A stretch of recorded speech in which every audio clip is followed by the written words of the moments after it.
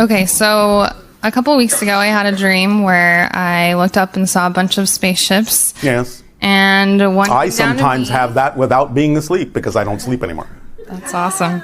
So one came down to me, and the being that came out, I ran up and gave him a big hug, and I was crying and sobbing, and it felt like I really had missed him. Yes.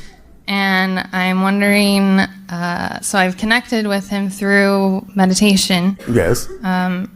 Sense, and I'm wondering if you can tell me what race he is. You're dealing with another hybrid race, primarily what we would label the Yael.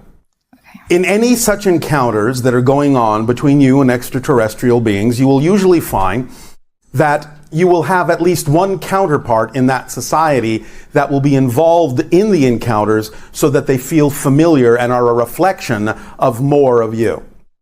So in a sense, it's like meeting another version of yourself. Okay, so he is my counterpart? Yes. Awesome. So in the dream, I got on a ship and went out to space and saw the Earth get really small. So was that physical, or was it... Well, yes and no. You have to understand that many of these encounters actually happen in a slightly shifted version of physical reality that allows you to experience more than you otherwise might in your typical physical reality. So yes, it was physically real, but not in your physical dimension exactly. Okay. Do I have hybrid children? Yes. How many have a significant amount of my DNA? Again, the average is usually about 15 to 17. Okay, so you've mentioned the possibility of hybrid children living on Earth as soon as 2022. Is that still accurate? No. No? Okay. I said the window of open contact is between 2025, 2033, maybe 2040. I did not say the hybrid children would be landing at the beginning. Somewhere in there, things will be set up so that they can begin to stay longer and longer and longer on your planet in certain areas that are sequestered and safe for them to acclimate and adapt to your society as your society acclimates to them. But the idea is that some of them have been on your planet and do come to your world from time to time in secret places that are set aside for them so they can practice what it's like being on Earth. Because many things that you take for granted are very alien to them. So they have to learn the idea of how to fit into your society to some degree, although they won't go all the way with it because human society must also adapt to them to some degree as well. But they're willing to learn, and they're quite fascinated by some things that you don't even really think about, like eating food off a plate with a fork. Why? Why not just take the food and put it in your mouth with your hand? So they have a lot of things to sort of learn to fit in a little bit. But they do that on your planet from time to time in houses and apartments that you don't necessarily even know that they happen to be in. They might even be right next door. Wow.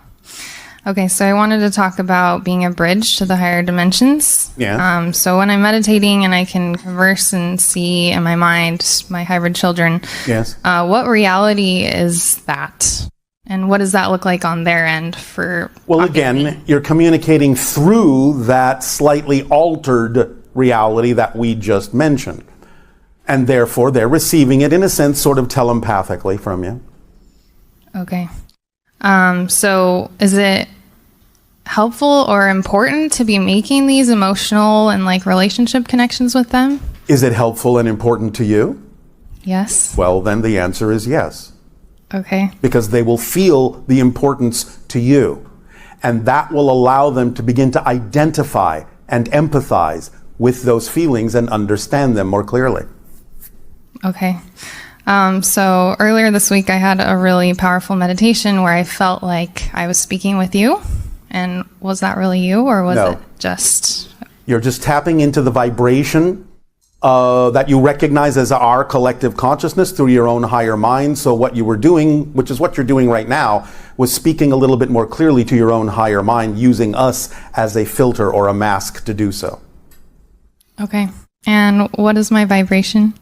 Are you sure you want to know? Because remember, as soon as you ask, it goes down. Well, mostly my question was, I've really been meditating a lot, and it's felt really good. It's been all right. That's fine. My highest passion. And but I'm are you taking actions as well? Yes. All right. Because remember, that's the language of physical reality. Okay. Not just meditating. You have to act to be in the world. So, do your meditations help you take more actions in the direction of your passion? Yes. All right. Are you sure? Didn't sound very convincing. I've been taking a lot of action the last year. Yes. And it's felt like I've been really just outside and not really going inside. And so I've been feeling really called to All go right. inside You can lately. balance it out. That's fine. Yeah, I am excited to take more action All right. soon. All right. Thank you. Thank you.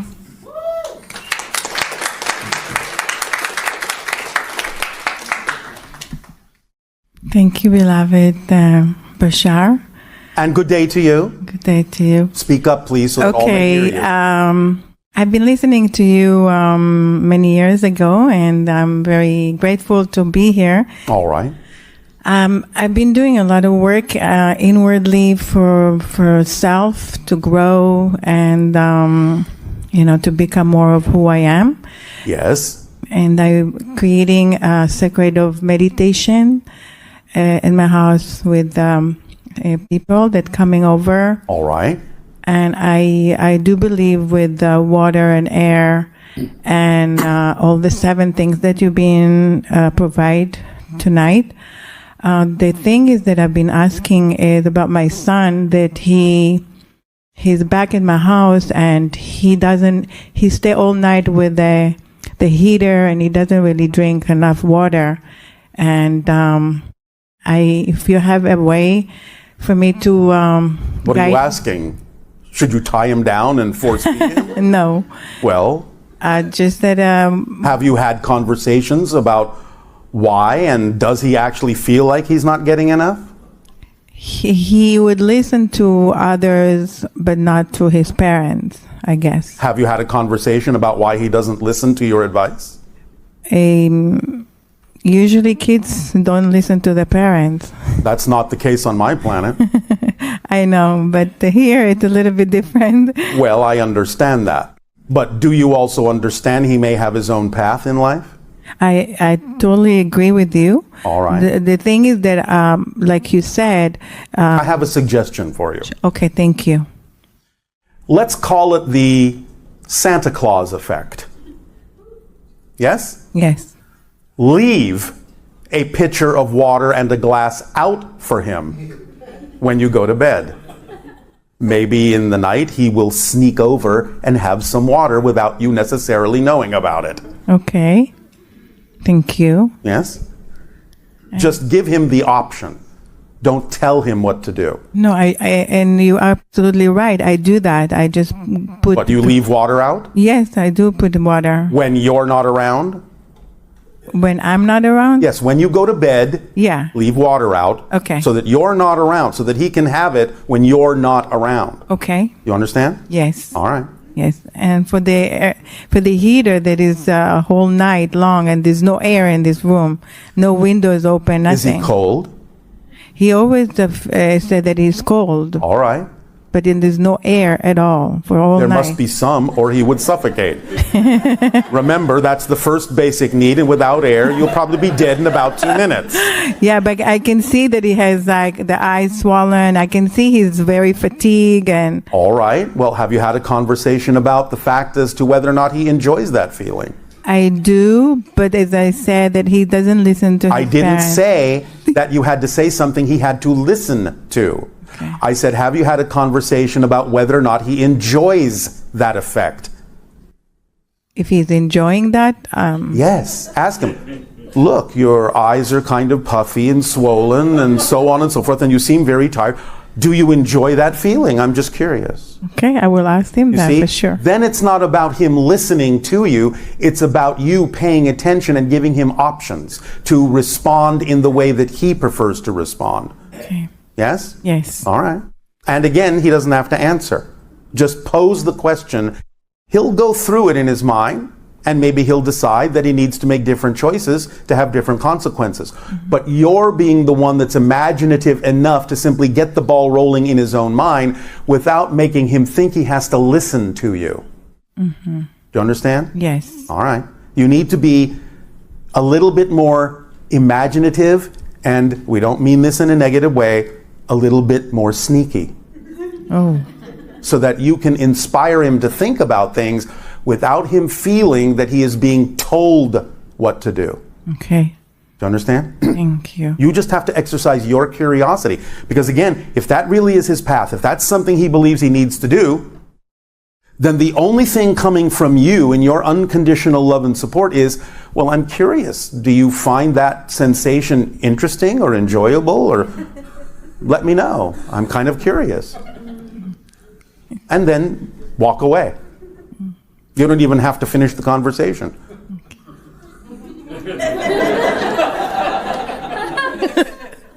Thank you very, very much, Bashar. You're very, very welcome. There's anything else that you see from what I do for self, doing work and... Are you acting on your passion to the best you can with no insistence or assumption on the outcome and remaining in a positive state no matter what manifests? Yes. Don't lie. I didn't hear the whole question, but I understand. All right. Then that's just my curious question.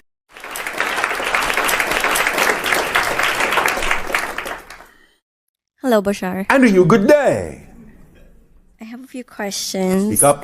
I have these dreams where I feel shapes in my body. You feel shapes in your body? Yes. All right, different energy patterns. Suppressing on my body. And I'd like to know if every time I have these dreams, I connect with the grays. Well, you connect with different things depending on the pattern. The most recent one I had was round shapes. And other times I've had square shapes. The round shapes may be more representative of either the hybrids or even your spirit guides. Square shapes can be representative to some degree of the grays and a few other things. It just depends on the patterns. You're translating the energy connection into these ideas of shapes. That's a very interesting way to interpret them. Was my family chosen as a whole? You mean, did you choose yourself? To connect. Do you mean, did you choose yourselves? Yes. Yes.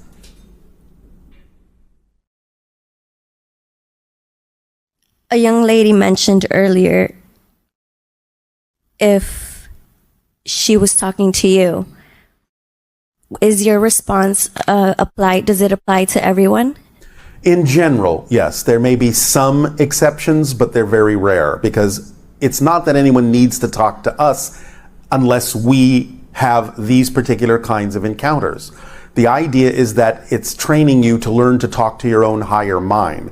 You may be using our vibration to make it easier for you to do so because you're familiar with our vibration in these encounters. So we give that vibration for you to use so that it puts you more strongly in touch with your own higher minds, which is the point. Now, sometimes, yes, maybe you connect to other members of our society or the general collective consciousness pattern of our particular reality to aid and assist you. If you wish to do that, that's fine. But the basic point of these conversations and getting you used to our frequency is to help you make stronger connections to your own higher mind. Correct. And I've been having a little trouble with listening to my higher mind. You mean you're having a challenge? Yes. All right. But are you acting on your passion as best as you can? Hesitation usually means no. All right, now pay attention. It's not difficult at all to listen to your higher mind. Let me again explain it this way. The higher mind communicates with you in terms of energy. Do you understand? Yes. Your body interprets that energy as the sensation called passion, excitement, curiosity, attraction. That's actually the way your body interprets the messages from your higher mind. Because your higher mind is basically saying, do this now. Act on this now. This is your path. This is who you are. It comes in energy, but your body interprets it as the sensation called passion and excitement. So when you act on it, you're responding to the higher mind saying, I heard you. But that's why you have to speak in the language of physical reality, which is action. Otherwise, you're not responding to it. You're saying, I didn't hear you, if you're not taking action on it. And therefore, If the higher mind has given you an opportunity to act on your passion that you're not paying attention to because you're not acting on it, why should it send you more? If you're not taking the action, it will seem as if the conversation has stopped because it's waiting for you to take action on what it's already given you. Because there's no point in giving you more opportunities if you're not acting on the ones it's already given you. Yes? Yes. So if you want to feel that flow and feel the connection that is there, it's important to act on your passion so that you can connect in your awareness with your higher mind and get more opportunities from it and be more excited to do more things, and that will continue the conversation. But you're stopping the conversation if you're not actually taking action on what it's already given you. Yes. Make sense? Yes. Is this helping? Yes. All right. So what could you be doing that you're not doing? I'm taking more action. On what? On I'm asking you specifically. doing, What would you rather be doing that you're not doing? making the right decisions for myself. You're not really responding. I'm asking you for a physiological expression. I understand that what you're working on is also part of the idea of creating your own balance in life. Yes. But I'm actually asking you, how do you want to creatively express this in physical terms in your reality? Is there something that you would prefer to be doing outwardly that you're not doing as a creative expression? Painting, writing, singing, dancing? Do you understand what I'm saying? So, is there something? Yes. What? Dancing. All right. Why aren't you? What are all the reasons you're creating for not doing that? Come on, spit them out. Number one, Time. you don't have time. Is that what you're saying? I do have time. I'm just telling myself I don't. Speak up. I do have time, but I'm telling myself I don't. And why would you do that? What are you afraid of? Come on, what are you school. afraid of? I'm a student, So, and a I student need of to, what? to study. I thought you said that you were excited about dancing. Yes. So again, you're not yet giving me the reason why you're not doing it. You just said, you know it's an excuse that you don't have time. So Yes. you know you have time, so why aren't you doing it? Why aren't you acting on it to the best you can? Why? Why? Come on. I will work on it. No. Answer the question. You're not getting off that easy. Why? What are you afraid of if you move forward? I don't really know. Yes, you do. Yes, you do. What are you afraid will happen? Come on, dig deep. Imagine yourself moving forward. Yeah. What does dancing mean to you? Are you talking about taking a dance class? Are you No. talking about doing a performance? What are you talking about? I just like to go out and dance Where? at anywhere, clubs, parties. And so do you? I do, but not as much as I'd like to, And again, why not? because Yes. I don't take action on it. All right, but why not? What are you afraid of? I'm afraid of Come on, what are you afraid of? Are you afraid of looking silly? Are you afraid of No. people judging you? What are you afraid of? neither. Then why don't you do it? If that's what you're saying you'd be excited to do, Yes. why aren't you doing it? What's the reason?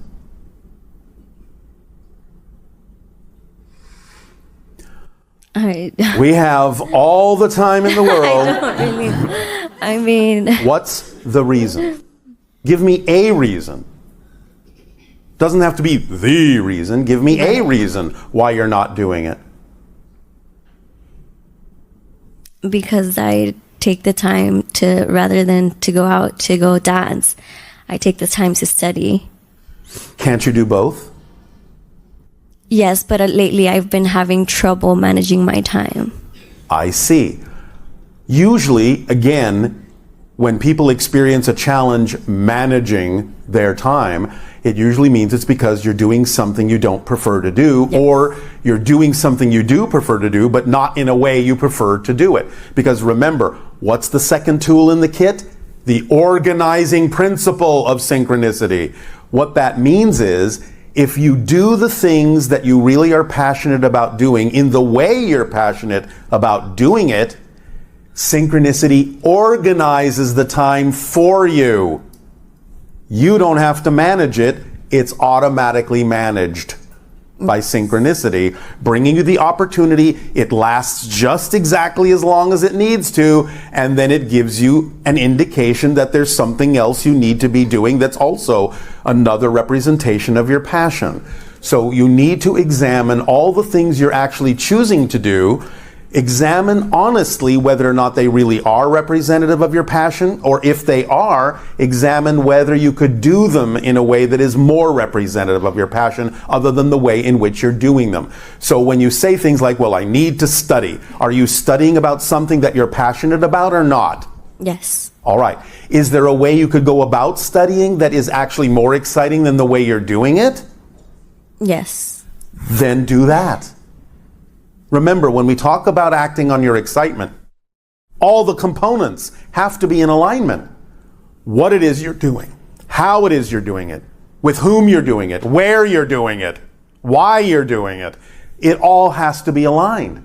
So if any one of those components isn't representative of the most exciting way you could be doing it, where you could be doing it in the most exciting place, with whom you could be doing it, then you're not following your excitement. All the components have to be part of the holistic system. So, if you can open up your imagination and start doing what you're doing that is only representative of your excitement in the way that would be most exciting, then everything will start organizing itself, and you will find you have exactly the amount of time you need for every single expression of your passion. It'll self-organize. It leaves nothing out. Yes. Is this helping? Yes. All right. Can you wrap your mind around that? Yes. All right. Anything else? Yes. Is acting on my passion, will it help me not, because I'd like to also learn how to swim. Go ahead. And do you think I'm that very swimming would be left of out of that formula? If it's part of your passion, why would it be left out of that formula? Right. Didn't we say that it leaves nothing relevant out? Right. But So? I'm very afraid of drowning. You are afraid of drowning. Well, if you learn to swim, you probably won't drown. Right. But And so what if you did drown? Oops.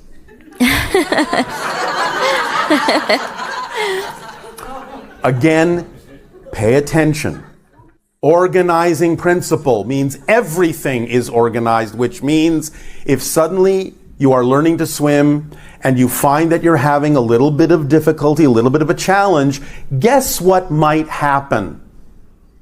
If you're following your passion and it's not your time to die, guess what might happen? Gee, someone will show up to help you. right. What a shock. Do you understand? Yes. And if it is the time you chose to pass into spirit, then it's your choice. Who cares? You'll still be fine. You'll just be swimming in the ethers.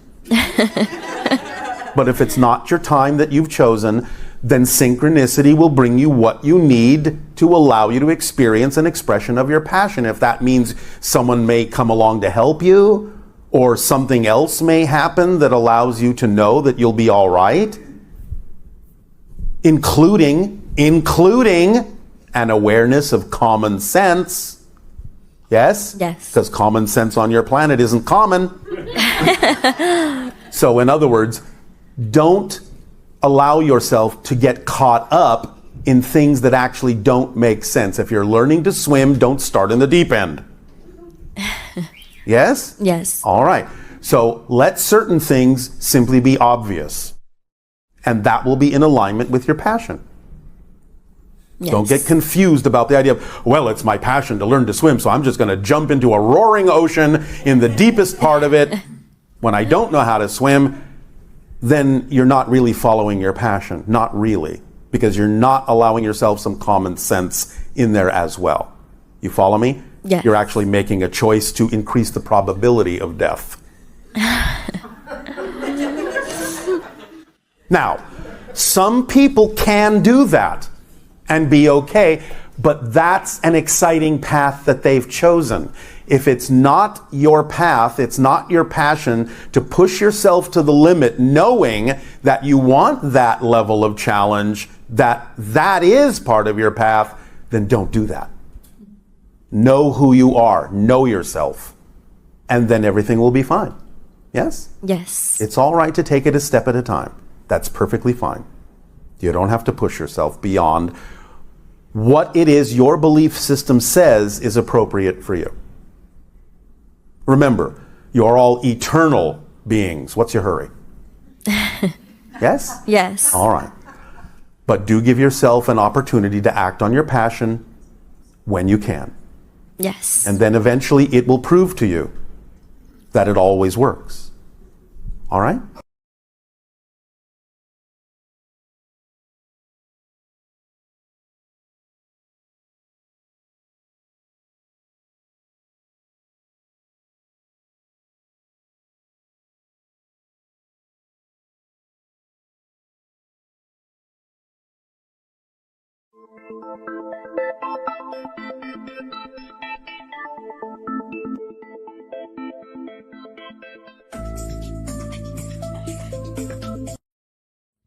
Hi Bashar, I have a question about synchronicity and the symbolic meaning that is reflected in the way synchronicity is expressed. For example, 2 years ago, a pet sitter friend of mine went to meet a potential client at a very safe, quiet apartment complex and ended up taking the job and staying there for a month. During her initial visit to the complex, she noticed there was a large window near the lobby that was taped and boarded up, but she didn't think much about it. 2 years later, she returned to the same client's apartment for another pet sit. During her stay, some kind of projectile hit the third floor sliding glass door and the entire 8-foot span of glass was shattered. When the repairmen came to replace the glass, they told her they had not seen a shattered glass like hers, except one time 2 years earlier in the leasing office. Of course, they were referring to the boarded up window my pet sitter friend had seen 2 years earlier. How do you interpret the symbolism and meaning of that synchronicity? Thank you. Well, again, there would need to be a deeper examination of personality structures as they relate to the actual synchronous incident, because it can be compounded by different points of view from different individuals. Nevertheless, in its simplistic form, the idea is that it represents the shattering of old ways and the adoption of new ways coming in. So it marks the line at which consciousness may shift out of an old expression that dissolves, breaks apart, or shatters, to allow there to be more acceptance and allowance of a new direction in life. Shattering old ideas, breaking free from old ways, and recognizing also concurrently, as we have described, the splitting prism of parallel realities that are now euphemistically separated from one another by glass walls. So the shattering of those glass walls, in this case illustrated by the shattering of the glass door, can be a representation of either A, you are ready to deal with more of the parallel realities that have been separate from you, on the positive side, or B, on the negative side, the idea that you are letting in more negativity from the other reality that heretofore was separate from you by the glass wall. So again, this depends upon the structure of the personality dealing with these synchronicities and the honest examination of which direction and which definition you choose to take the synchronous thing that has occurred with regard to the shattering of the glass. Hello, Bashar. And to you, good day. Infinite good days to you, brother. So I want to ask you real quick, a quick background of what I'm doing with scalar technology. We've been utilizing just a person's photos and literally putting it underneath the scalar tech, and they feel the remote frequencies of healing. So I want to give some questions to that, if you can shed some light. And one of the most important ones is there any frequency or set of frequencies that get rid of the vaccine using the scalar tech the way I've been using them with a person's photo? Repeat the question. Some of it blanked out. Is there any frequency or set of frequencies that get rid of the vaccine using the scalar tech the way I've been utilizing it with a person's photo? What do you mean get rid of the vaccine? Well, detox from the vaccine. The vaccine is not toxic. Oof. Okay. Or if someone has allergic reactions to it, how does one get rid of it? That's different. That's different. Okay. But again, we cannot necessarily address many things having to do with your vaccines because your society has politicized this issue, and we cannot be that deeply involved in your politics. I totally understand that. So the next question goes, what role does scalar technology have in advancement or hindrance of human consciousness? Any technology is an expression of changes already happening in the collective consciousness. It can be expressed through individuals, it can be expressed through larger groups, it can be expressed by the entire civilization. But you don't have the ability to, in any way, shape, or form, create a technology that is not representative of some changes and understandings and viewpoints that already exist in the collective consciousness. Right. So if scalar disrupts time and space, is there a doorway, and how do we open it? It would require the use of scalar energies at certain frequencies that reinforce themselves. We are scanning to see if you actually even have the technology to do this. One moment.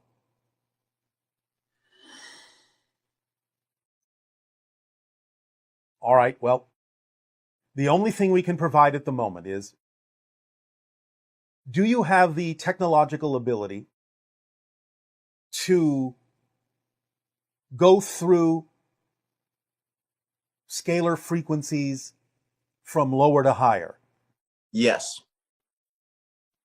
In terms of sweeping, I think you're referring to sweeping frequencies. Yes. Start with the Schumann resonance at 7.85 cycles per second. Can you do that? Yes. And go up to 10. Back and forth,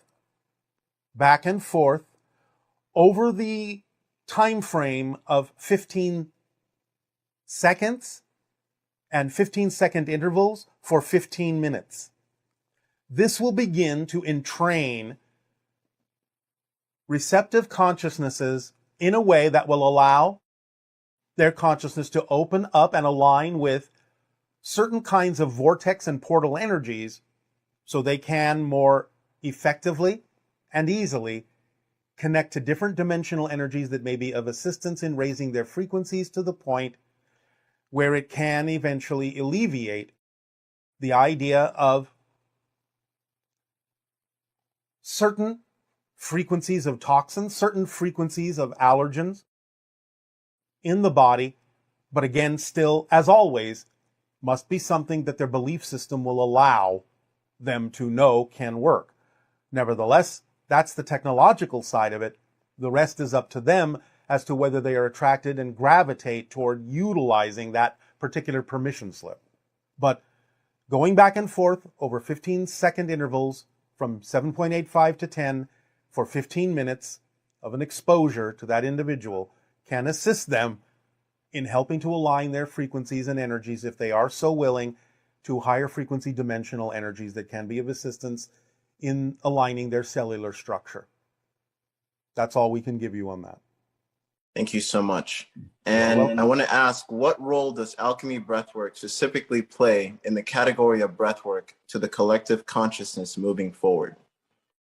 Anytime that you can oxygenate the system with those kinds of regimens allows for greater utilization of higher frequency energies in individuals and therefore more individuals who are attracted to use that permission slip can help oxygenate and energize the systems of more and more individuals that will allow the collective to be more receptive to higher frequency information, experiences, and energies. Thank you so much. And I want to quickly give gratitude to you, Bashar, because it's in 2012, December 31st is when, listening to one of your meditations, many people thought the world was going to end, and you were part of my awakening, and I'm helping so many people, and you're part of that. Thank you. Our deep appreciation to you as well. Have fun. All right. Peace. Hey, Bashar, this is your friend Teresa from Long Beach. I'm over here looking at your interstellar Enneagram that you gave us back in 2014, and I have a few questions about it. When you say hyper sapien, does that mean who humanity is becoming and who we are evolving into? It means both what humanity is becoming, what you're evolving into as the sixth hybrid race, becoming Homo galacticus, but it also is a reference to the fact that there already exist certain hyper sapiens that have evolved beyond, that are your genetic cousins, that are assisting you from a certain level. So it's both of those things. Also, is there any particular reason that the Pleiades are opposite Orion and Sirius is opposite the Gray Federation, with the seventh hybrid race in the center? Like, is the physical location of each of those in the Enneagram meaningful on its own? Yes, because again, Orion represents a very ancient connection that requires you to live out the story of converting darkness to light, that represents what you call the past. The Pleiades represents the future, in the sense that they will not only be one of the first extraterrestrial races to make open contact with your civilization, but again, similar to the concept of hyper sapiens, they kind of represent what you can become as an Earth society. The Sirius vibration is opposite the Gray Federation, because again, the Greys represent a kind of parallel reality beginning of the entire hybridization agenda, and Sirius represents beings that have interjected into your society some of the things that you needed to know to allow you to continue to evolve in concert with the things that the Greys are also creating within the hybridization agenda. So from one perspective, you could say the Greys created the template of the evolution of the hybridization agenda, and Sirius consciousness has interjected information at certain points in your history that helped humanity evolve along the template that the Greys created for the evolution of the Earth into the sixth hybrid race. And yes, they all, in the center, meet to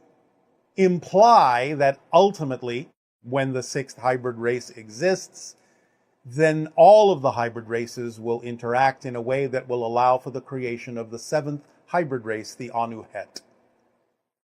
And lastly, the way that you've drawn it for us, is that meant to suggest the tesseract? The way that the actual diagram is physically drawn? Thank you, Bashar. Appreciate you. Yes, part of the puzzle has been solved then, but not all. Think interdimensionally. Think higher. Hello, Tadeo. Nania. We have lots of questions from our viewers about sleep. All right. So here's the first question. Are dreams another reality of another life? They can be. Again, many things, as we have explained, happen when you dream. You can be in spirit tapping into parallel realities, being aware of the connections that you have in life energetically to other lives, counterpart selves, in other time frames, in other civilizations. And when you wake up, again, your physical mind will do the best it can to represent the experience in the symbols that it has at its disposal, to reconstruct a dream in a way that is at least partially representative of what you were doing. So yes, that can happen. Okay, and so is the dream state an actual reality? Yes. And the question goes on to say, since all that is now, Isn't the dream state our access to other points of view of the infinite? Is the cast of characters in our dreams real in their dimension or density? They can be. Again, it depends on the reason for the creation of the dream. They can be symbolic projections of your own consciousness, or they can be representative of actual encounters with actual beings. Again, your physical mind doing its best to create the representation that most closely resembles the experience that you had in the spirit state, as you say, out of body, in the astral realm. So yes, it's a real state. The idea of the dream, as most people on your planet understand a dream, is simply the, shall we say, representation, symbolic representation of an experience that happened in a real dimension of non-physicality. Okay. And who or what actually sets up the dreams for us? Is there a dream director of some sorts? Why do humans regard dreams as being more profound than daydreams or even day-to-day thoughts? You are the director of your dreams. Now, you may have assistance from spirit guides or from other spirit beings who's in a position to help you assess what it is you need to look at, what it is you need to experience, but you make the decisions as to what you're going to experience, what you're going to look at, what you're going to explore and examine. So you are the director. The idea is that non-physicality is your natural state and therefore, in a sense, more real than the idea of physical reality. Physical reality is another type of dream that you're having. So you know that physical reality is your projection, your illusion, your construction, and therefore, in non-physical reality, you know that that's more truly your real state, and that's why non-physicality seems more real than physical reality when you come from that perspective of understanding.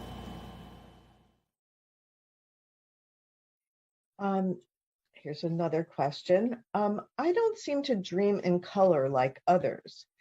For example, when I dream and I see a tree, I know it's green, but I don't see it in the traditional sense. I just know the trees are green. What is the meaning of this? Is this because I'm aware of it being a different frequency, or do others seem to say they see colors in their dreams just like they do with their physical eyes, but I just don't seem to see that? Well, again, this can be for a variety of reasons depending upon why it's being created that way. Again, we have to take this on a case-by-case basis.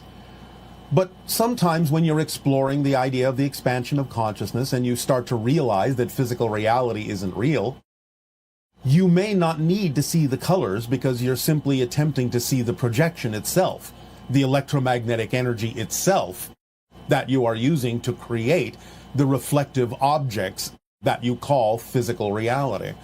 So you may not at this point need to see the colors. They may, in a sense, be a distraction for you in terms of what it is you feel you need to see about physical reality. It can simply give you the props, the neutral props, without infusing them with any kind of solidity which color would represent. So you may simply be examining the neutrality of physical reality as a projection of your consciousness, created out of the electromagnetic energy, the electromagnetheric energy, and therefore not necessarily need to see the colors at this moment, so you can focus, in a sense, on the objects themselves. People in your physical reality who are colorblind have advantages in certain ways by being able to see things in your reality that might confuse a person who can see color, because the color would be a distraction, whereas colorblind people can see the objects that might be otherwise hidden from people who can see color. So you might be using the same technique to make sure you see what you need to see without being distracted by the introduction of color. What about the opposite, where there are some people who see colors enhanced in dreams, where the concentration of color is very intense, particularly in a lucid dream situation? That's usually the result of actually seeing the spirit reality, in which many things that you take for granted in physical reality are actually much stronger. There are even colors in the spirit reality you don't even have or are not capable of even seeing in physical reality. In a sense, no matter how vivid physical reality may seem, it is a pale comparison to the things that exist in the higher spiritual realms in terms of the use of light or the perception of light and color. Well, I know like the difference in coloration, saturation between the mainland and Hawaii is very intense difference. Yes. And then some people seeing Essassani have also said that the color saturation is just amazing and Yes. way beyond even what you would experience here in Hawaii. Because again, it's closer to spirit vibrationally, and therefore the colors are much more powerful. Very lovely. Yes. What does it mean when two people have the same dream at the same time? This person is saying something about shared dreams where they have an experience where they meet someone in a dream and then they wake up and then both individuals are able to sort of recount the details of the dream as if they were together in it. Well, it's not as if. Most likely they were together in another reality, sharing a shared experience and remembering that when they wake up in the physical world. It's not that uncommon. The idea involves a telepathic connection, vibrational mirroring, so they can, in spirit, in the astral realm or wherever, share an experience that they will remember as a shared experience in much the same way that you choose to do things with your friends in physical reality and have similar memories of the same event. It's not that unusual. What are other purposes for that? Because obviously when someone experiences that, it feels very mystical and like, oh my gosh, how could that happen? You know? Well, again, only because you make the spirit world something more mysterious than the physical reality. The idea, again, is it's no more uncommon than you deciding to get together with a friend to do something in the physical world. There are things that many people who are friends and members of soul families on the spirit level choose to do together, to explore things together, to share experiences together for a variety of reasons. So again, you're only making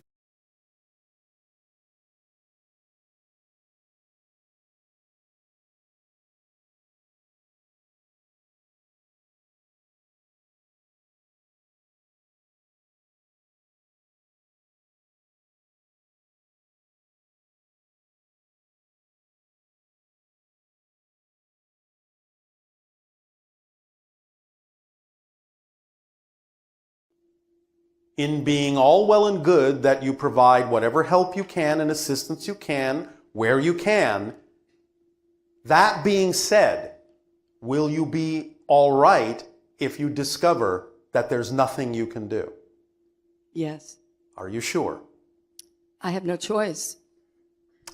Can you, if you find that there is nothing you can do, if the individual is not willing to open up to different ways in which they can know they are an empowered being, we assume you're sharing these kinds of informational bits with them to the best of your ability, but if they can't open up to that concept that they are an empowered being, then you have to know that even though they think that of themselves or feel that of themselves, that if you look deeper, you will know they are an indestructible soul. And that what they are experiencing now is only going to be an infinitesimal part of the greater journey that that being is on. And that you don't have to view them as disempowered because they are empowering themselves to experience disempowerment. Do you understand? Yes. It doesn't mean they cannot choose something else. But if they don't, being in a positive place within yourself when there is nothing else you can do to help someone is actually the most help you can give them because you are seeing them as an indestructible soul. That will ultimately be just fine, no matter what they're going through now. So you can come from a higher level of compassion in that way that will actually give them the best vibration possible to match, even if they don't choose to match it. But you have to arrive within yourself at a point where you recognize that there may not be anything else that you can do, that you have done your best. Yes? Yes. And please understand that even if it seems like there's nothing else you can do for them, what it is the situation and circumstance has allowed you to do may actually be for the purpose of giving that to someone else for whom it will work. And they may have trained you by their refusal to be helped to actually give you the ability to help someone else. Because they might be willing to change. And you will have developed the tools and the techniques and the conversations with this person who may not change in the way that you may require those tools and techniques and conversations for another person who will. And that brings you to the understanding that even this may be an orchestration for other people you have yet to meet. Is this making some sense to you? Yes, it does. Can it help you relax into the circumstance a little bit more easily? I think it will. I think it allows me to realize I can't do anything else than what I'm doing, and I have to let go and let God. And in a sense, you have to surrender to the control that's already there, that you already have, and not try to control it, but surrender to the control you already have. Yes? Yes. Does this help you? It does. Thank you. And I just have one last question. Can you tell me how Adam, Ariel, and Adrian are doing? They're doing fine, and that's all you're going to get right now. Okay. Thank you so much, Bashar and Willa. Thank you. And she says you're welcome as well.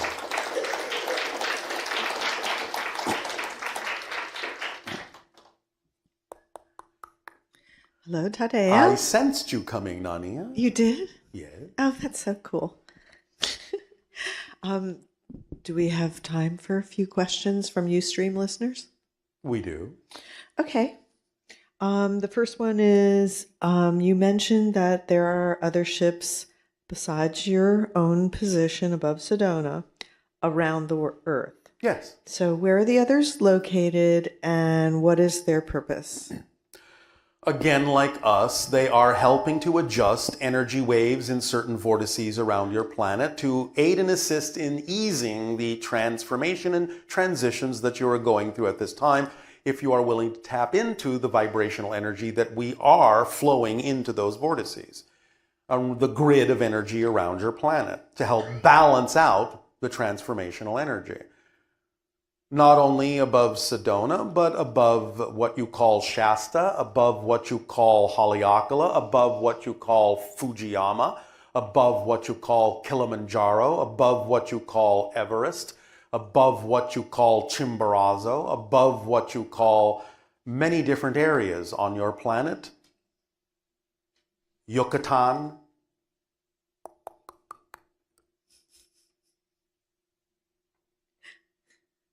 Glastonbury,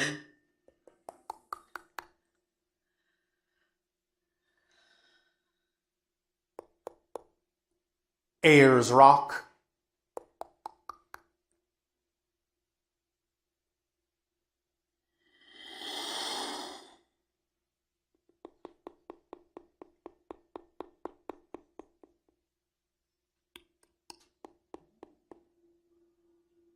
one is directly above the Taj Mahal.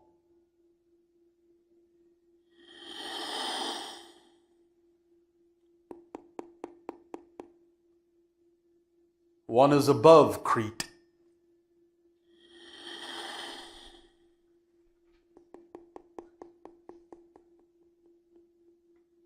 One is directly above the Eiffel Tower. One is directly above the White House. One is directly above the Kremlin.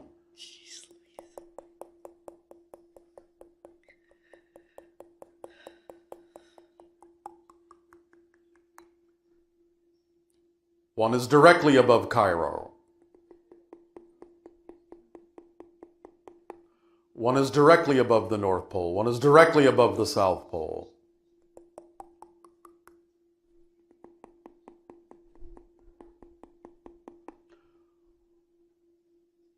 One is directly above the center of Mongolia.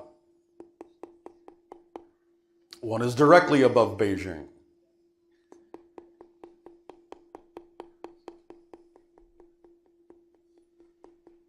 One is directly above Mexico City.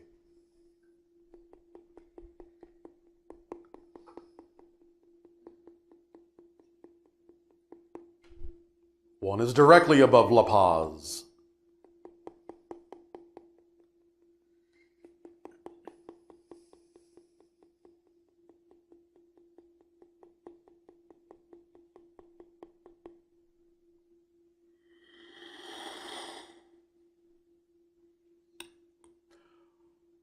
One is directly above Black Rock.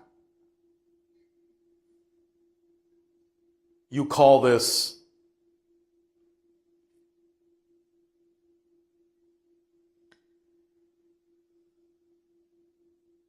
the carved heads.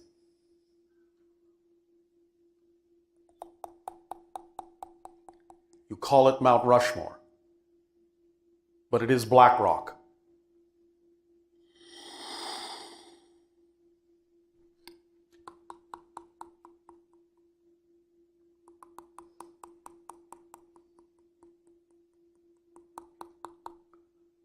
These are the ones of my society.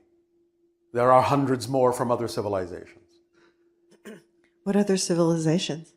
Some Pleiadian, some Sirius energy, some Yael, some other civilizations we will not go into at this time. What is the race of our hybrid children called?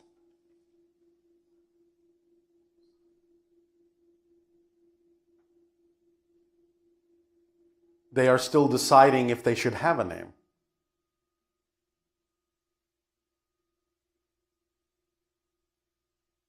For now, they are simply your children. Do the children connect with the beings that are in the positions you're describing? Sometimes, some of them, not all. What would be the purpose of that connection for them? The purpose would be germane to each child. Right. Like what kinds of beneficial experiences? If they wish to feel the vibration of a certain vortex on the earth to gain familiarity with the energy of the area that they might ultimately land in and live in, or at least visit, or practice in, acclimating to your society in.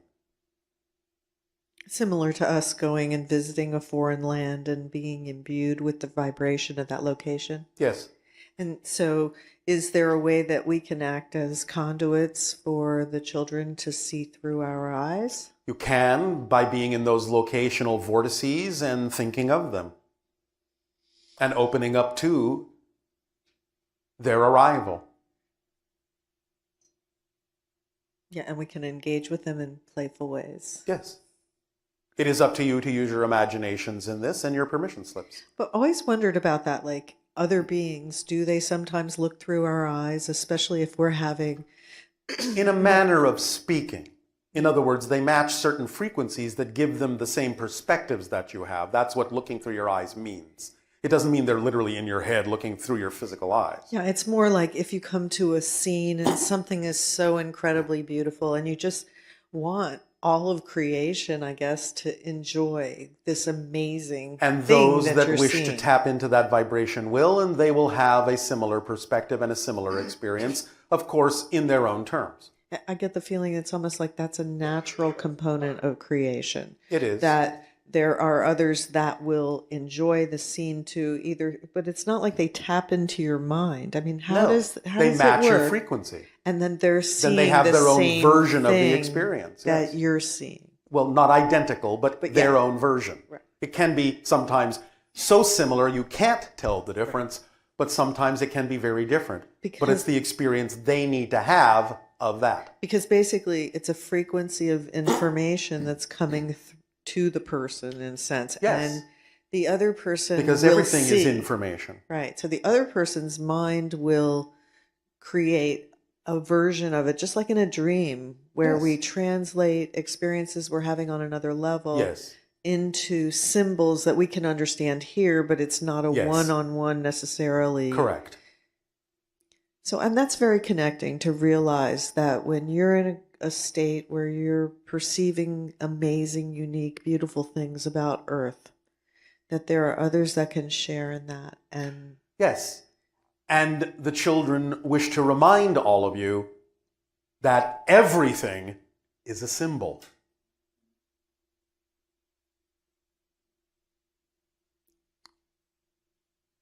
would you care to elaborate on that?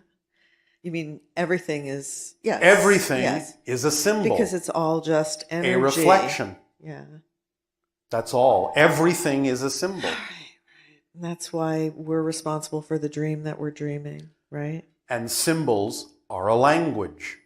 If you understand that everything is a symbol, you will understand how to speak the universal language. But it's always about how you interpret the symbol that you're looking at. Of course. But there is a universal component to it. That is the same for everyone, everywhere, every when. Like? It is the core vibration of all that is.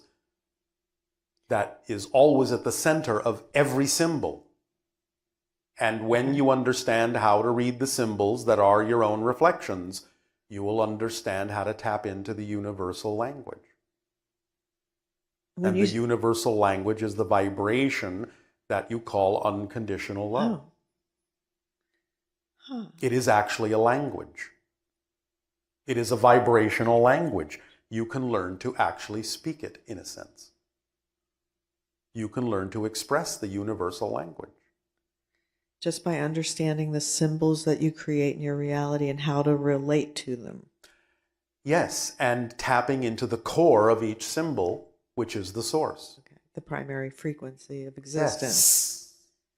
So how that would relate to like seeing something beautiful and unique, that would put you in a high vibrational state when you're having that experience. Yes, and but then, it doesn't put you in the state.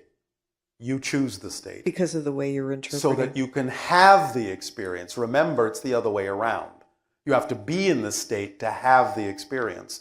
I know that in your linear reality, sometimes it looks like the thing itself puts you in the state, but it doesn't really. You have to be in the state. You have to choose the state to have the experience, which can then reinforce the state, in a sense, by reflectivity. But you actually have to be in the state to have the experience. And it is that understanding that will transform and revolutionize your reality. So the idea that we're kind of wired for a certain kind of beauty, like they did that kind of research where they saw that the human brain responds to certain kinds of patterns in a way that is experienced as perceiving beauty. Yes, and that's just the beginning. You have just touched the surface of that. So in terms you have of no idea how deep the beauty goes yet. Because we're limited in how deeply we feel the connection with ourselves. There is a saying that exists on your planet among some of your early physicists that went something like this with respect to the discipline known as quantum mechanics. The saying, to paraphrase, goes like this. If when you study quantum mechanics, if you are not utterly stunned and boggled, you didn't understand it. So the idea here is, and again, it doesn't always have to be expressed exactly literally this way, but you'll get the idea as a metaphor, at least. If you tap into the inexpressible love and beauty of creation, you would simply fall to your knees and burst out crying and laughing simultaneously. And that's when you know you get it. Because everything that you think is real will collapse into that moment, and you will finally understand what reality really is. How's that sound? That sounds really good. I was just realizing that even if people have had that experience momentarily, let's say, that they may diminish it later by going, oh, it doesn't last, or, Yes. whatever. But what you're actually saying is that is the frequency, and there's nothing worth more Yes. than And experiencing it that always frequency. lasts in different forms because everything is made out of source. So even if it appears not to last, it is still lasting, but in a different form. Right, right. And again, when you wrap your mind around that and truly understand it and know it to be true, that's when you have the experience of allowing yourself to consciously orchestrate the way you use it and recognize it in all of its forms. Yes? Yes, that's a much more positive way to interpret these kinds of ecstatic, amazing experiences, to really be able to fully appreciate what you've been given. Yes. It seems that you are approaching the timing for your holotope experience. It does seem like that, doesn't it? It does. Therefore, we will allow you to take a short break, after which Willow will take you through your holotope meditation for planting the seed of the 5 levels of mastery. Enjoy a short break.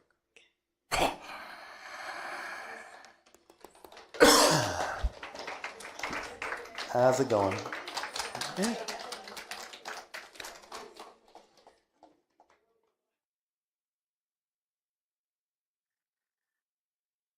All right, let us say we will continue the transmission in the following way. But before we facilitate Willa for the meditation, we would like to expand a little bit on the transmission that she will be delivering tomorrow of your time, called the Winter Spirit. Because this idea will not only delve into the concept of nature spirits in general, but also specifically that there is a literal winter spirit, an elemental being that she will go into and describe to point out to you that that being historically is the beginning of what you understand for your Christmas season to be Santa Claus. So she will give you the history of this and how it evolved in the way that it has in your society, and explain to you the relationship that exists 700 of your years in the future to that being at that time. For it is very different than what you now experience during your holiday season. We will then now allow for the shift and the facilitation. Enjoy your meditation.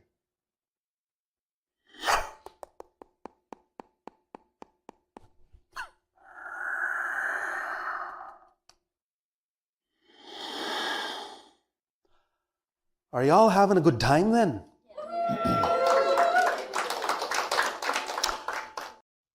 Let's say good day to you this day of your time. How are you all? All right. All right, we thank you once again for the opportunity to interact with each and every one of you individually and all of you together collectively for the great gift of sharing that you are giving us, our deepest appreciation. Let us begin this transmission by reminding you that we have called this Saibo. In our ancient language, the word Saibo is the number 13 and also stands for transformation. When our society was first created, our hybrid civilization, and when we were placed on the planet that was prepared for us, that we now refer to as Essassani, we were given many different kinds of tools, and experiences were laid out for us, and opportunities were designed for us so that our civilization would grow in very certain ways. One of the things that was done was the creation of certain games, if you will, that we would play to lead us down certain avenues of experience. And one of those games is what we are now relating to you appropriately in your city of Las Vegas as Saibo. which stands for 13 in transformation. The purpose of the game, fundamentally, the way it is played, is designed to expand your synchronicity. So that as you play more and more, you start experiencing more and more synchronicity in the game. And that eventually can begin to leak into your life by training you to get into that state of being that is most representative of experiencing accelerated synchronicity in your lives. The game is played anywhere from, generally speaking, 1 to 6 individuals. You can actually do it by yourself if you wish, as a permission slip exercise, to expand your own synchronicity. Or you can have the fun of playing with other individuals. It can be more, but the way the game is structured usually is done with 6 at the most. But that's up to you. Now, because you typically think of us as existing in the future, even though all things exist simultaneously, but from a linear perspective, you tend to look at our reality as if it is a future reality. Yet because the game comes from what you would linearly recognize as our past, you could then paradoxically say that this game is a 10,000-year-old game from the future. So we share this with you this day, and we will describe in general how the game works, and you will also receive an opportunity to receive the specific, detailed rules of the game shortly. It is played with a 12-sided die. You understand this? A die with 12 sides and 12 numbers on it. And there is a grid of those 12 numbers arranged in a very specific way. There are 13 rounds, and you go around and around with each player, 1 round at a time, 13 times. And in each round you are given 3 rolls in an attempt to get 3 numbers in a row. Not necessarily in order, although that's another level. Each number is represented by 1 point, and if you get 3 in the same row in any order, you then earn 3 points. Should you happen to get the 3 numbers in any particular row, whether straight across, up or down in a column, or even diagonally, you still get those 3 points in any order, but if you get the numbers in the actual sequential order that they are arranged in the row, then you get 9 points. And this is the beginning of the synchronicity. There are different levels to this game. There is a beginning level, there is an advanced level, there is a master level, and there is a grandmaster level. The beginning level allows you the opportunity, if you wish to play this way, to have 4 rolls in order to get 3 numbers. The advanced level is just 3 rolls to get the 3 numbers. The idea of the master level is that if you get 3 numbers in a row in order, and you actually repeat that somewhere in the 13 rounds, you have entered the master level. For this is what it's about, is getting to the place where your synchronicity is so strong that you can actually begin to roll the same numbers over and over and over again. And a grand master is actually capable in all 13 rounds of rolling the same 3 numbers in the same order for every round. When your synchronicity is that high, nothing seems beyond you. Now, this was given to us, as we say, at the beginning of our history, about 10,000 of our years ago. And the idea is that in the first 1,000 years, we only generated 1 Grand Master. In the next 1,000 years, we generated 3 Grand Masters. And in the next 1,000 years, we generated 9 grandmasters. When that reached that number of 13 grandmasters in the first 3,000 years, as a society, we no longer really needed to play the game because synchronicity had permeated our society to such a degree that we went on about our business in a variety of other ways. Not to say the game was not continued to be played by some, for it still is now and then, for a variety of reasons. But as this focused us into the state of being necessary to experience accelerated synchronicity, so too can this game, in a state of being of fun, accelerate you as well, which is what it is designed to do.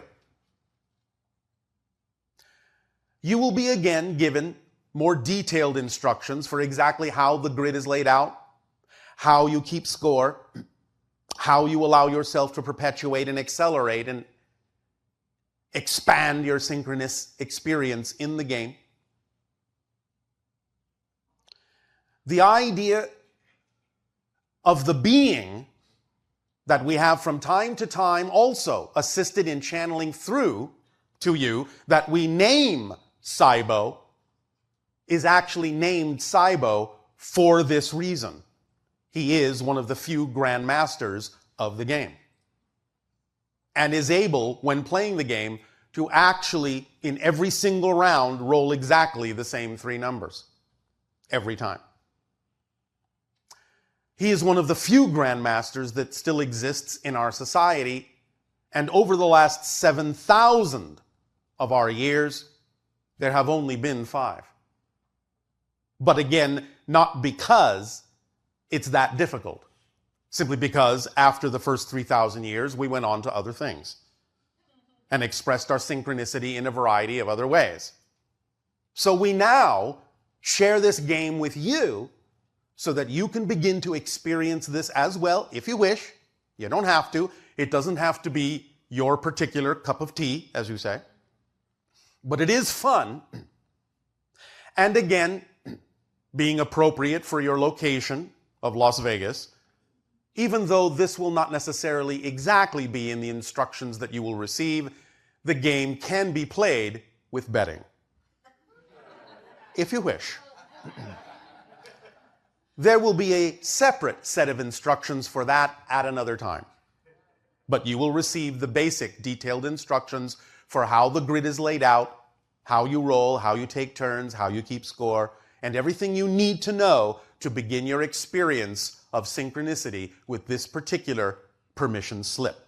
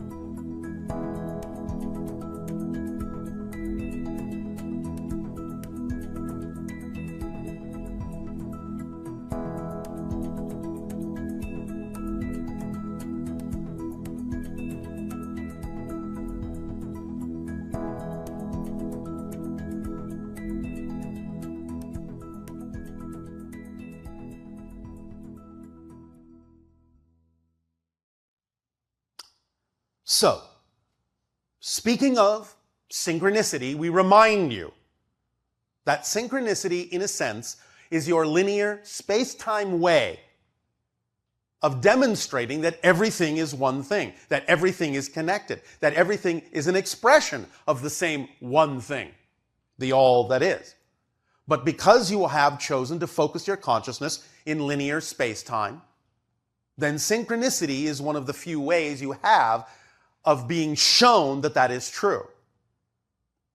It is that moment of timing when what you are experiencing is perfectly meaningful for you, personally, and gives you the information you needed at exactly the moment you needed it.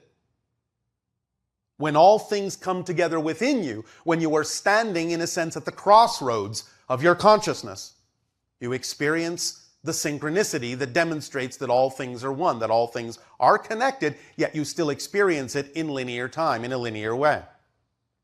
And can use those experiences of synchronicity that we know you all have had and will continue to have as a reminder of the state of being that is required to act from in your lives that will propel you forward in a much more accelerated way. The paradox here, as usual, is that the more you live in the now, in the single moment, the closer you get to living in that single moment, the less time you actually create. And thus, from a linear perspective, that becomes the equivalent of experiencing an acceleration in time. It's like jumping over the frames of a film strip and only looking at a few of them because you're living more in the moment and thus experiencing fewer frames and thus accelerated time, which is actually the result of creating less experience of space-time. Remember that space and time are side effects of your consciousness shifting billions of times per second through billions of parallel reality versions of yourself. That's what time is. And when you live more in the moment, you don't necessarily need to create as many frames, as many jumps, so to speak. And thus, by not necessarily creating so many details in between one major moment and the next, you can collapse time to those two moments. You're always shifting at the same speed. That never changes. But the degree of difference in the shift is what reveals the rate at which you are shifting. So you will suddenly, when synchronicity expands and increases in your life, you will suddenly notice the differences more obviously, more blatantly, because you will have shifted from one frame to another that is different enough that you begin to notice, because you have let go of the need in that moment for what you typically call continuity. You are experiencing a break in continuity from the mass consensus. And synchronicity is one of the representations of a break in that continuity, where everything comes together at that moment in time and space to reflect to you exactly what you need, exactly when you need it. So this game that we now bequeath unto you, play to your heart's content, have fun, don't try too hard, just play, just relax, let it happen, allow it to happen. It may or may not be experienced by different people in different ways at different times, different rates. That's fine. There is no right way or wrong way to do it. But if you are attracted to it, if you're excited to play it and see what happens. I can guarantee that, at least for some of you, you will have a profound effect and be quite startled by the expansion of synchronicity in your life, because that's what the game is designed to do as a permission slip. So we thank you for allowing us to share this tool with you that has served us so well, and have fun. In return now for the gift that you are giving us of allowing us to experience each and every one of you, I ask, in what way may we continue to be of service through your questions and dialogues? Begin how you... Speaking with you. All right. I'm feeling very synchronistic right now. All right. I wish I had my question, but let me make a statement first. By all means. I knew I was going to be here. I hadn't bought my tickets, though, for some reason. And last week I had to call 911 for a health emergency. Oh, all right. How exciting. It was exciting. It was very, very exciting. And the most exciting part for me was when I got into the emergency room, they switched me to a hospital gown. I looked down and the entire hospital gown has a pattern of pyramids on it. Oh, all right. So thank you for that. I don't know if that was me what are you or thanking me I know for? I created that. Okay. Well, anyway, after seeing that, I said, okay, I'll be there. Our society does not manufacture hospital gowns. I did think it was a very interesting, exciting pattern and unusual for a hospital gown because I didn't really see a relationship for anybody else, but for me, it was a big connection. All right, and this is a wonderful demonstration of how synchronicities can work. Yes. When you may think that something is going wrong, it may be leading you exactly to the right place. I agree.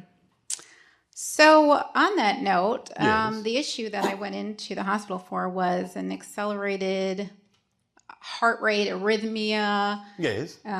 extra nerves firing, all kinds of things going on with the heart. And apparently it was something I was born with, but it's something that kind of just flares up once in a while. And it really hadn't until this last month. All right. So I was wondering if you had any clarity, because I have a few theories and I know that Well, you're processing new energies. That's what I thought.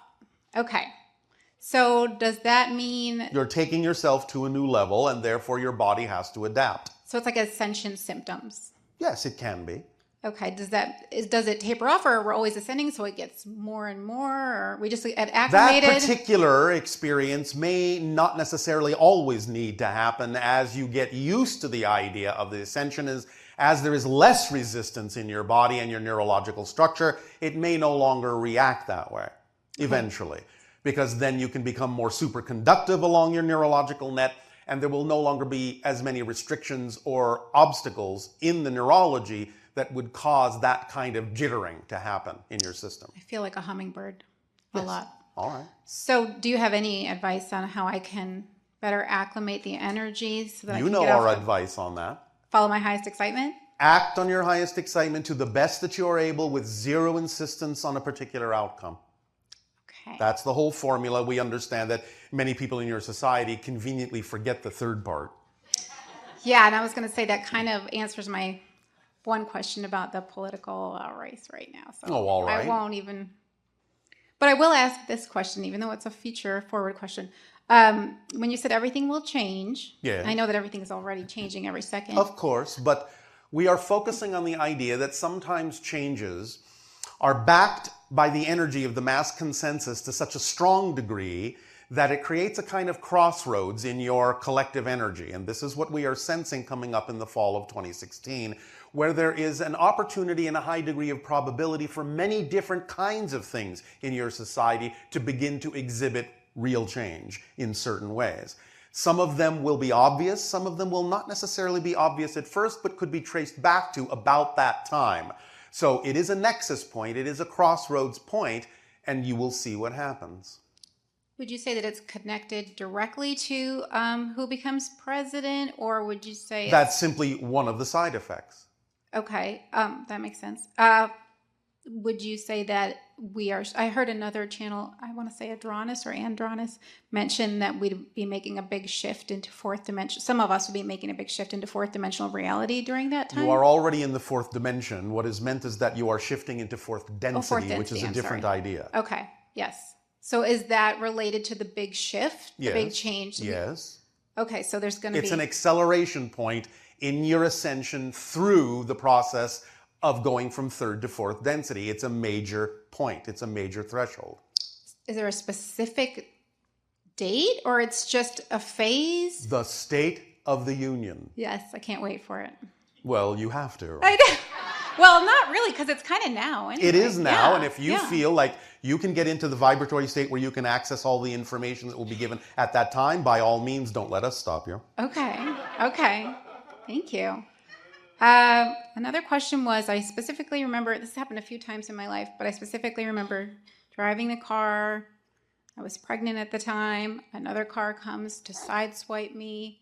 There's a huge cement barrier. I'm on the freeway. Are you going to ask me if you died? No, I know I died. Oh, all right. I already know that. But my question is, well, I think I might know the answer to this too, but why I came back into my body. Got to finish the story for everybody else because I know you know how it ends. All right. But kind of blacked out, came back in my body. I'm on the freeway. There's no cars around me. And that car that was going to sideswipe me was way off. I'm like, how am I totally safe and perfect right now? So I know that I left, my body came back, whatever. Yes. But did I do that to prove to myself the quantum physics and everything so I could learn all this? Or why do we choose to just die and come back? Sometimes people, because of the belief systems they've brought up with, will jolt themselves into a new reality very quickly because they know they can. Therefore, they choose what may seem to be relatively expedient rather than having to go through longer processes. So for me, I think of it as like a spiritual growth, learning. Oh, cool. Now I know that I can just pop in and out. Yes. It gives you a different perspective. That's why it happened. Okay. That makes sense. One that you wouldn't necessarily have had before that experience. Not that you had to do it that way, but you knew you could, so you took advantage of it. Okay. Does that help? That helps. Thank you so much. All right. Thank you. And please drive carefully. Oh, thank you.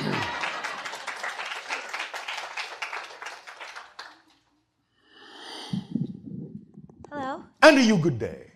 My name is Stephanie. I have one question for you. Oh, all right. Will you explain the synchronicity between past and present lives, and will you go and elaborate on mine? Well, again, the idea is that all things exist now. What you call the past is just another parallel reality coexisting with you, but at a different frequency so that you no longer perceive it. And coming from a linear space-time perspective, you just look at that or perceive that other coexisting reality as a so-called past because of the way you have been taught to look at things from a space-time perspective. Does that make sense, first of all? Yes and no.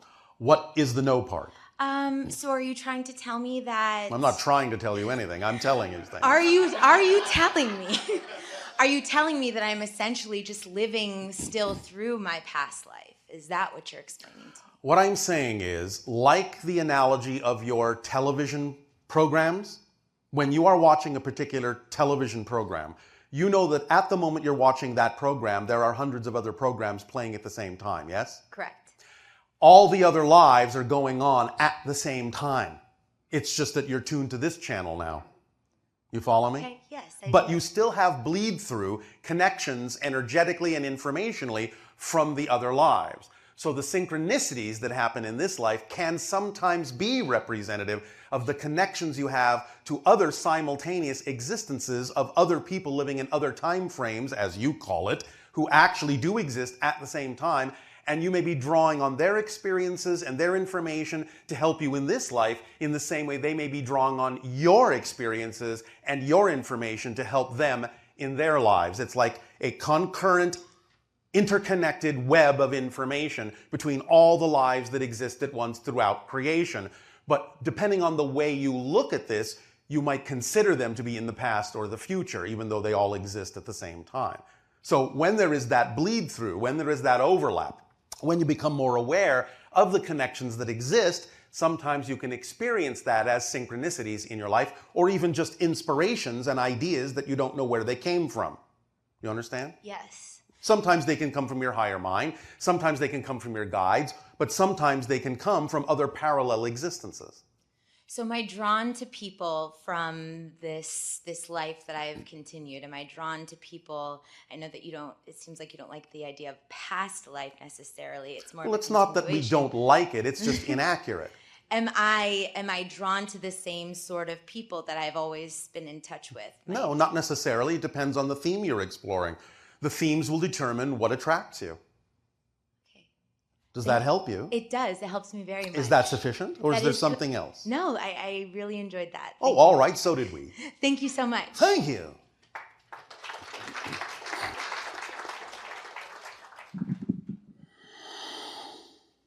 Hi there.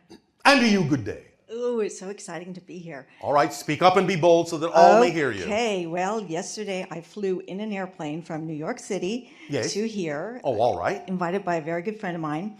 And 13 has been my quote-unquote lucky number. I just chose that, and it's in my email address. And so today when I got here, I had no idea what question, if any, but I put my name on the list. And as I was sitting there, I thought, which I've heard you say before, is that we know what we need to know when we need to know it. Yes. And so one of the things I heard you talk about briefly this morning was a break in continuity. Yes. And I wrote that down because I like making ceramic objects with clay. Yes. And I just thought, oh boy, wouldn't that be fun to go from X to Z, and rather than go through the process of learning something new and practicing and blah, blah, blah, I would just love to be able to, like you said, see that there has not been a progression and it's not linear, and that I could see that here I'm doing A one day and the next day Y, and then who knows what. Yes. All right. Well, you can do that more and more and more. Again, the more you align with your true vibration, the less necessity you will have to experience certain kinds of continuity. You won't necessarily let go of it all because you're still agreeing to abide by general mass consensus ideas. But you can experience that on a personal level more and more, certainly. And I either may or may not want to continue along these lines. Have also been wanting to experience clay making with energies that are elsewhere. And meaning what? Meaning that I'll tell myself that I'm tuning into some entity, some energy, some wonderfulness who's happy to be there with me working. So you wish to channel your pottery? Yes, definitely. All right. Well, what's stopping you? Well, I have started doing that. Oh, well, all right then. And it's fun. Yes, it is. Okay. So don't have a question on that, obviously. That's fine. Just blabbing. You don't need a question to speak with us. Good. Oh, thank you. So another thing that I wrote down as I was sitting there was Michael, Joe, and Vicky.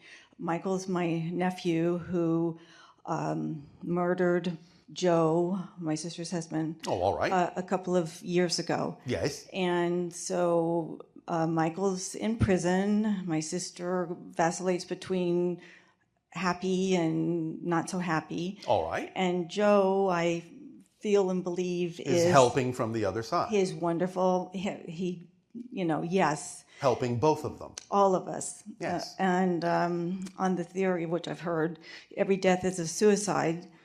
Well, in the sense that you all generally know when it's time to go, yes, you're choosing to go. Therefore, on that level, you could say it's a suicide. The idea doesn't in any way, shape, or form excuse the perpetration of a murder. You understand? Because it's that person's duty to be in their own strength enough to not have to do things that are representative of their belief in their lack of self-empowerment.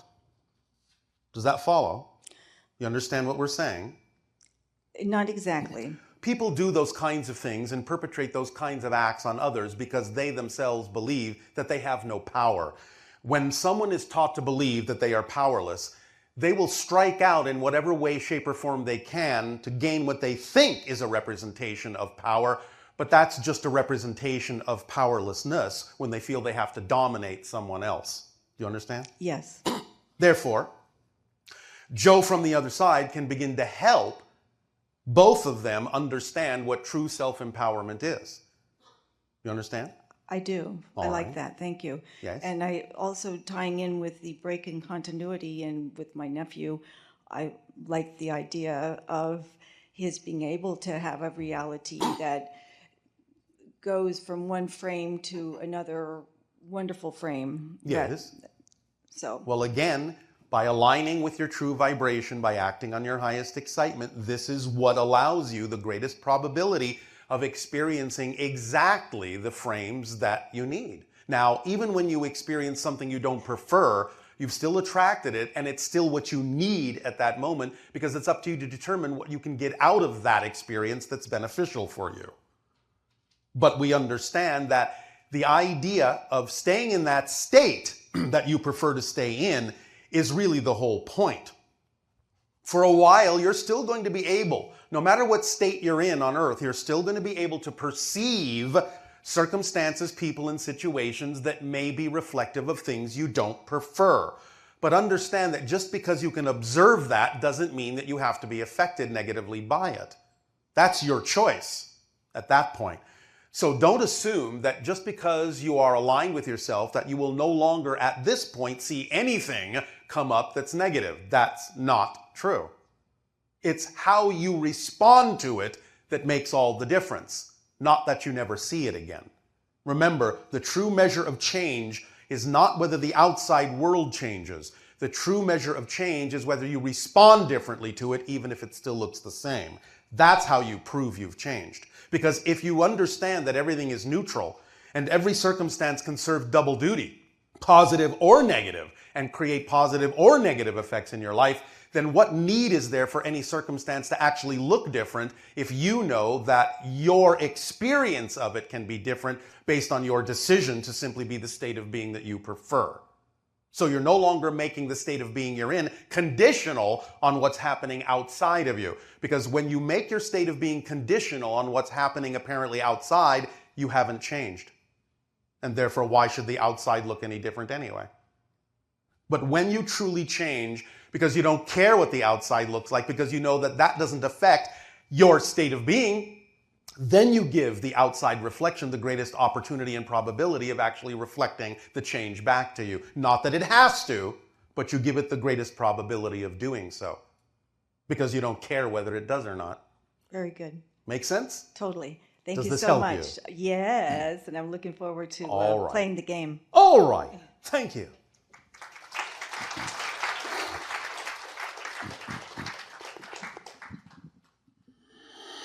Hello, Bashar. And you good day. Good day. I'm very excited to be here. I followed my